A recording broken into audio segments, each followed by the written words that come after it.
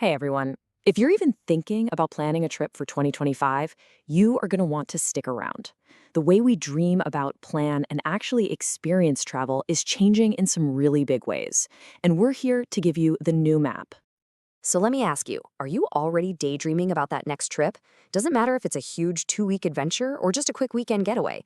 The trends we're about to dive into will probably change how you think about all of it. Because, yeah, the old rulebook for how to travel, it's pretty much been thrown out the window. We are in a totally new era of exploration, and the changes go way beyond just picking a new spot on the globe. We're talking about a world where AI planners are basically your co-pilot, where coolcations are the new hot thing, and where travel is really about giving back. So let's start where every trip begins, with the dream. Every great journey kicks off with an idea, right? A dream. But in 2025, those dreams are taking us to some wild new places. And I don't just mean geographically. It's about the experience itself. And this quote from the travel experts at Journey Smiths, it just hits the nail on the head. It's not just about a change of scenery anymore. It's about being genuinely transported, finding a real escape from our day-to-day. And that feeling has kicked off our first major trend, the hunt for otherworldly destinations. We're talking about landscapes so unique, so different they feel almost alien. Think about the Rainbow Mountains in Peru or the vast, glittering salt pans in Namibia. It's about finding the surreal right here on planet Earth.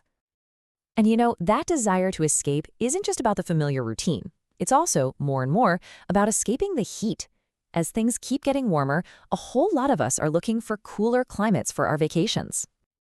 And that brings us to a key term you're going to be hearing a lot in 2025, the coolcation. So what is it exactly? Well, it's a trip you plan specifically to go somewhere with a more refreshing climate. Think husky sledding in Norway, looking for the northern lights, or maybe an expedition cruise to the incredible wilderness of Antarctica. It's all about big adventure during the day and getting cozy by a fire at night. So what's really driving this search for new and different places? Well, get this, a whopping 68% of travelers say they want to find these unique spots before they become super popular. And this isn't just about bragging rights. It's a real pushback against over-tourism, a search for something more authentic. All right, so you've got that dream destination locked in your mind. Fantastic. But now, how are you going to actually plan the thing? Well, this next phase of the journey is where a powerful new tool comes into play. I mean, forget spending hours and hours scrolling through a million different websites. For many of us, the new travel agent isn't a person at all. It's artificial intelligence. And don't think of it as some scary, complicated tech. Think of it more like your personal, super smart co-pilot for the trip. And listen, this isn't some far-off futuristic concept. It is happening right now. Just look at this chart.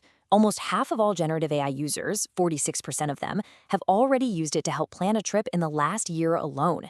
The speed at which people are adopting this is just incredible. So what can this AI copilots actually do for you? This is where it gets really cool. We're talking about building a completely personalized itinerary based on your very specific interests, finding that tiny, amazing restaurant that only the locals know about, translating a menu for you on the spot, and even acting as your own virtual tour guide, giving you the history of a landmark while you're standing right in front of it. It just makes travel planning so much smarter. Okay, so the dream is set. The plan is coming together. Next up is the part that, hits the wallet. Booking. But even here, the game has changed, and using a little data can save you a whole lot of money. First up, let's talk about timing. It turns out when you fly has a huge impact on your budget. The data from Google Flights is pretty clear. If you can just avoid traveling on the weekend, you can save an average of 13%. Flying between Monday and Wednesday, that's the sweet spot. And here's another big one, the layover. I know, nonstop flights are super convenient, but choosing a route with just one stop can save you an average of 22%. Seriously, on a big trip for a family, that could be hundreds of dollars back in your pocket for fun stuff. And this table right here is pure gold. It shows the absolute best time to hit that book button for different kinds of trips. For a regular domestic flight here in the US, you want to book around 39 days out. But look at the holidays. For Christmas flights, you'll get the best prices about 51 days in advance. So we've dreamed, we've planned, we've booked. But now we get to the most important part, the whole reason we do this, the experience itself. And for 2025, the focus is really on traveling deeper, with more purpose and a much greener footprint. What's really amazing is just how central sustainability has become. I mean, this is not a niche idea anymore. A massive 80% of travelers now say sustainable tourism is an important factor when they plan. It's basically become a core expectation. And that expectation is evolving too. For years, the gold standard was leave no trace, basically clean up after yourself. But the new philosophy is so much more ambitious. It's shifted to something called regenerative travel, which is all about leaving a place better than you found it.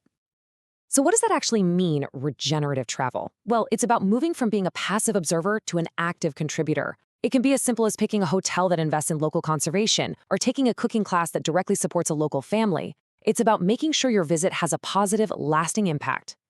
Now, this might sound a little complicated, but becoming a sensibly green traveler is actually pretty straightforward. It just comes down to making a few simple choices, like choosing local businesses so your money stays in that community, or traveling in the off-season. It not only saves you money, but also reduces the stress on popular spots. Simple things, right? They all add up. So when you put it all together, it really shows that travel in 2025 is becoming an active intention. We're moving away from just consuming a place and moving towards actively participating in it, choosing our destinations thoughtfully, planning our trips smartly, and experiencing the world in a way that's better for everyone. Which leaves us with one final big question to think about for your own adventures. It's no longer just about where you'll go. It's about what you'll contribute when you get there. So, what will your next journey